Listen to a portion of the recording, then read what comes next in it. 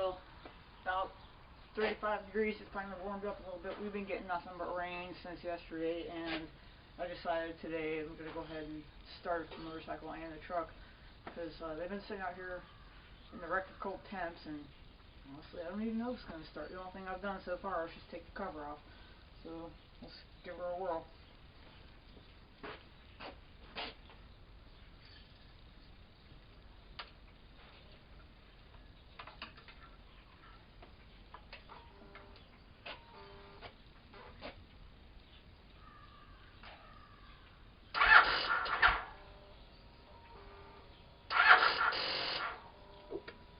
Battery's dead.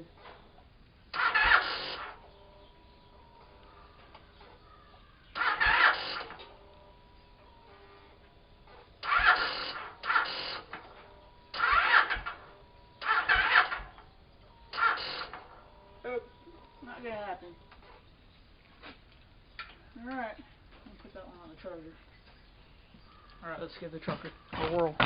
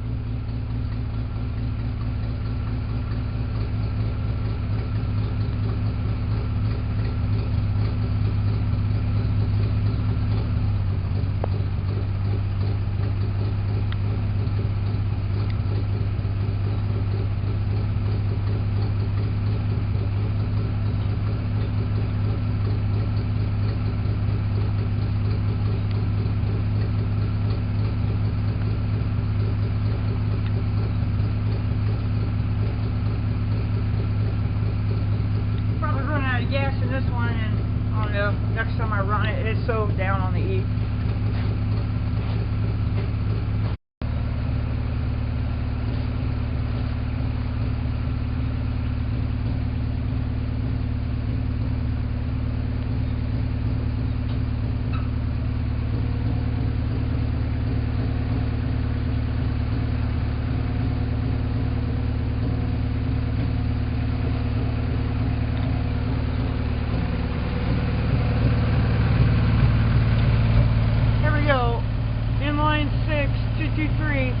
It's not the original engine. It's actually a engine that came out of a 57, I believe.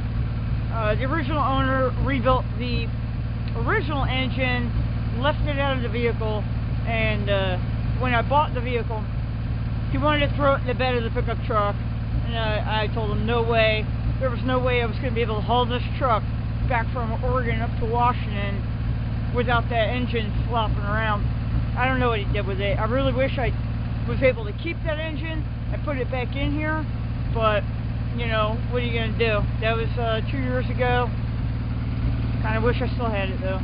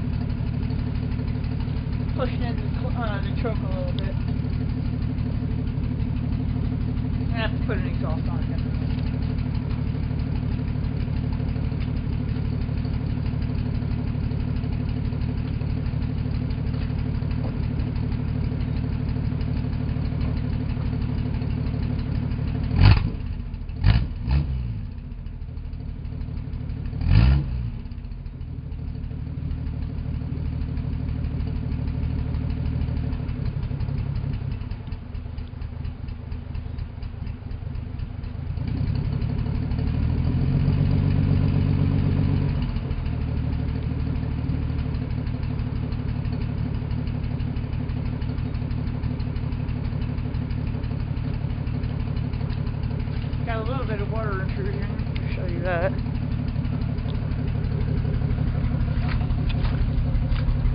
Right in there, got a little bit of water intrusion. You have a tiny, tiny little puddle. But overall, for all the rain that we've had in the last couple days, the interior is pretty dry. Actually, kind of surprised on that. And you can actually look, see my little mouse trap is still there. No mouse has gotten inside. That's not to say that they won't try.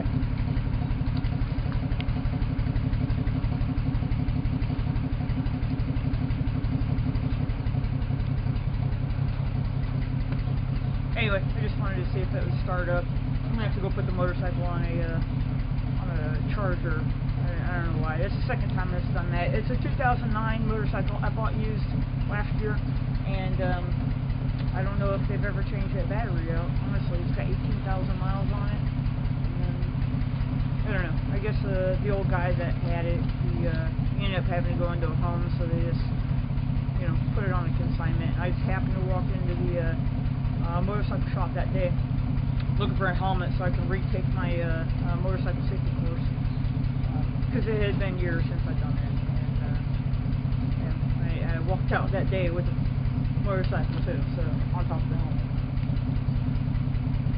Anyway, that's all for now. I'm gonna go ahead and shut down, and I'm gonna get in the garage and start doing a little bit of spot wheel cutting, and hopefully get that taken care of for the day. What's in that box too here in a second.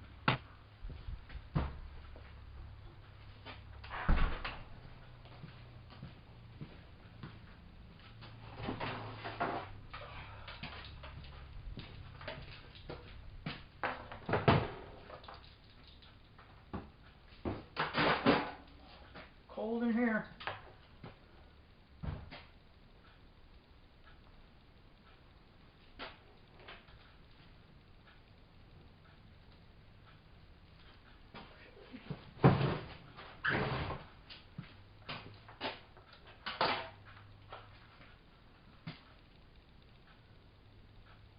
Well, it's only got 11 volts, so no wonder why the dang thing won't turn on.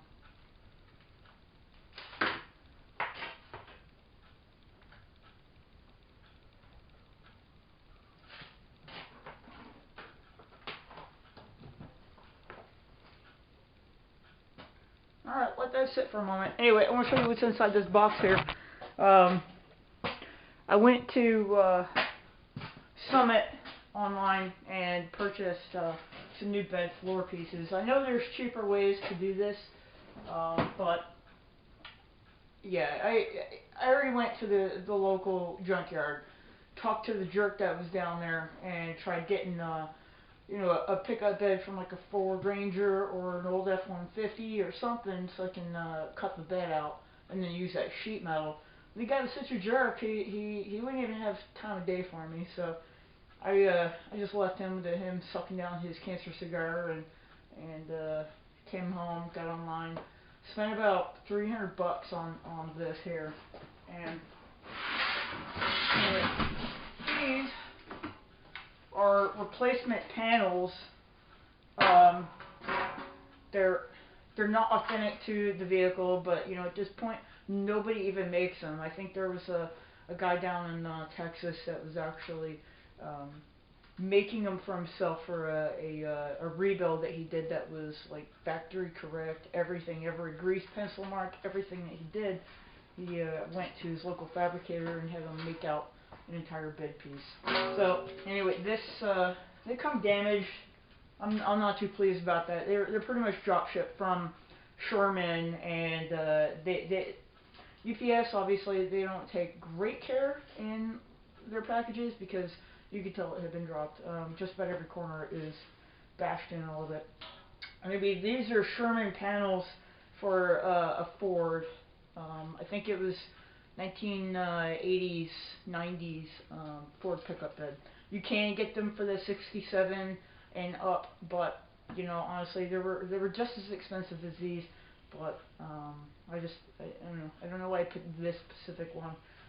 It was probably because it was on eBay as well. And taking a look at it, this is supposed to be an end piece. However, I don't believe it. When I was thinking end piece, I was thinking this section here, about an inch, would actually be kind of flattened out so that it would sit down on the rail and you know, nice, smooth, you know, so you can do your spot welds in there, and then put your drain hole in. But they're ridged all the way up. So anyway, let me grab a piece of the old bed, and we'll compare what the 1957 to 60, I guess 64 bed floor would be.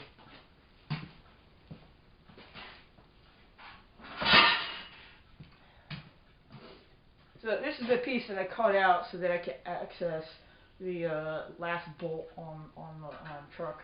And really, they're not awful. They're pretty close. I don't know if you can see this here, but the contour on here is just a little bit wider. Maybe if I put it this way, you can see it's pretty close. Pretty close. I'm all right with that. This is a little deeper in the ridges here than this one. This one is very, very shallow, and this one is a little bit deeper coming through here. And I'm all right with that. This is not going to be a factory correct, 100% kind of rebuild. But anyway, I'm going to show you what my bed looks like. This is it. Severely pitted, kind of warped a little bit. All throughout the bed is like that. And this was facing up, so all the rains, you know, all the exterior elements hitting this. And this was the lower side. It was in better shape, but you know what? When you got one bad side, you pretty much got both bad sides. So anyway, Summit Racing, about $300. This is 574-45 end piece. So if you look on Summit, they're about $50 a piece. Plus I had to pay $10 per panel extra for shipping. Hey, I got high quality shipping here with bent corners, but I had to pay $10 a piece extra to have that piece shipped here. Not pleased about that, but at least I got the metal.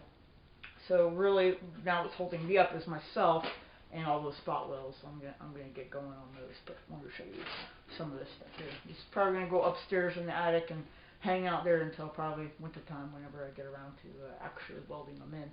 I did go to Lowe's yesterday and purchased a little bit more wire. I need to practice.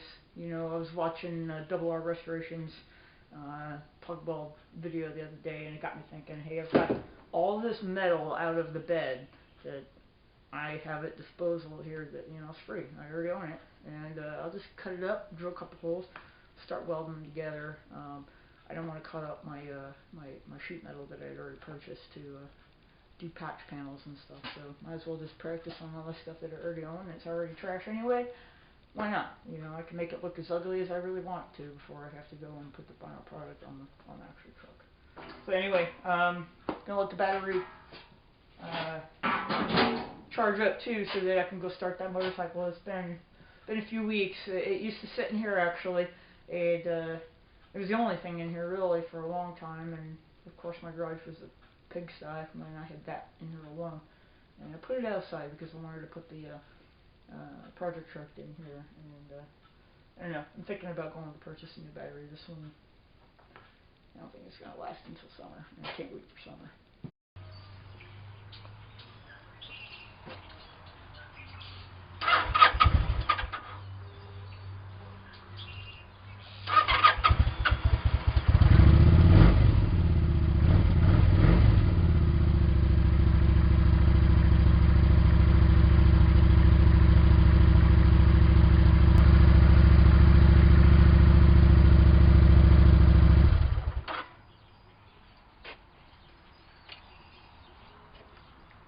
That's all.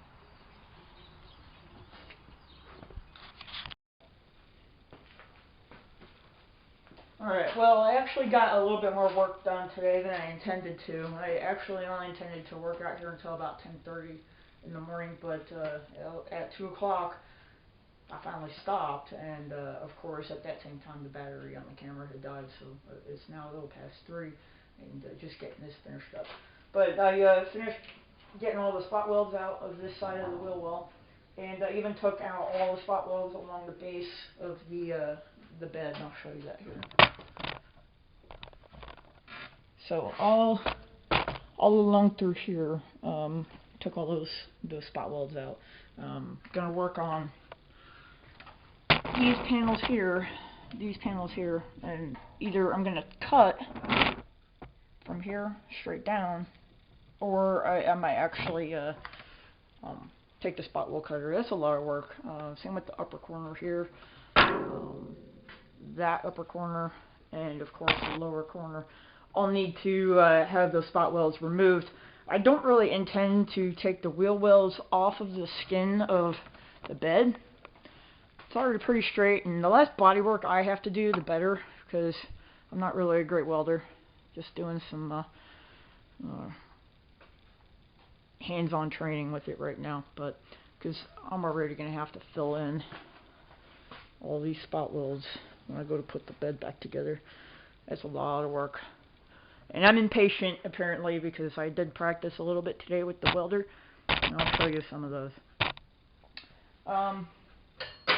Took a couple pieces of the scrap that I had, and these were curved pieces that I had from the previous video. I was using that press brake trying to bend the piece, but it didn't work too well. So anyway, I ground that down. I was trying to clean off the mountain of weld puddles that I had everywhere. It was pretty disgusting. These are made with the flex core wire that came with the machine. Anyway, if you look on the inside here, you can see that each individual spot, for as I was going along, I burned through on this one. You can't tell from here, but on this one I burned through. I put a piece of copper behind it, and was able to pretty much save it. So a little bit more practice on that. This actually worked really well. This one's pretty disgusting, but really not bad. I just did a T, and I was doing spot welds all throughout, and I was a little impatient. I didn't really burn through on this one, but it still looks pretty bad. There's bubbling everywhere, and yeah, it'll hold, but it's not pretty at all. Anyway, if you looked on the back side here, and even on the back side, you can see where all the heat was. This one was a spot cut. I took the spot cutter and drilled through one of the pieces here, and then just lap jointed it to the point where I was doing spot welds. From this side, it looks like I took a grinder to it because it was really, really bad. I got a little impatient, burned a couple holes, put some copper behind it here after I burned through that one, and was able to save that. But I'm using the flex wire, and that stuff is pretty dirty. So when I run out of that flex core, I'll actually start practicing with the gas. But anyway, that's what I was doing today. Did a little bit of cleaning as well. I can't stand a dirty shop, and this is kind of the way the things have always been in all the engine rooms I've ever worked on.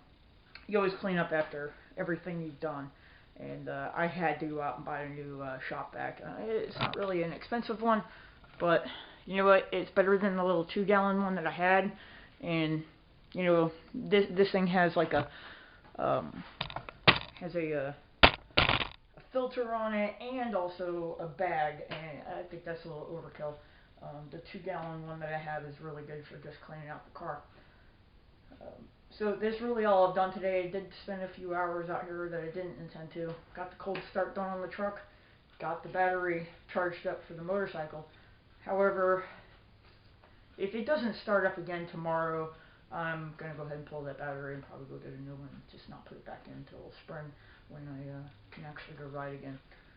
It's too cold right now. I mean, it's maybe 40 degrees outside right now, but yeah, there's no riding that motorcycle until probably May when it finally warms up enough that I'm not going to have to look like Stay Puft and Marshmallow Man and all of my gear. That's not enjoyable when you have to be so stuffed with all of the gear.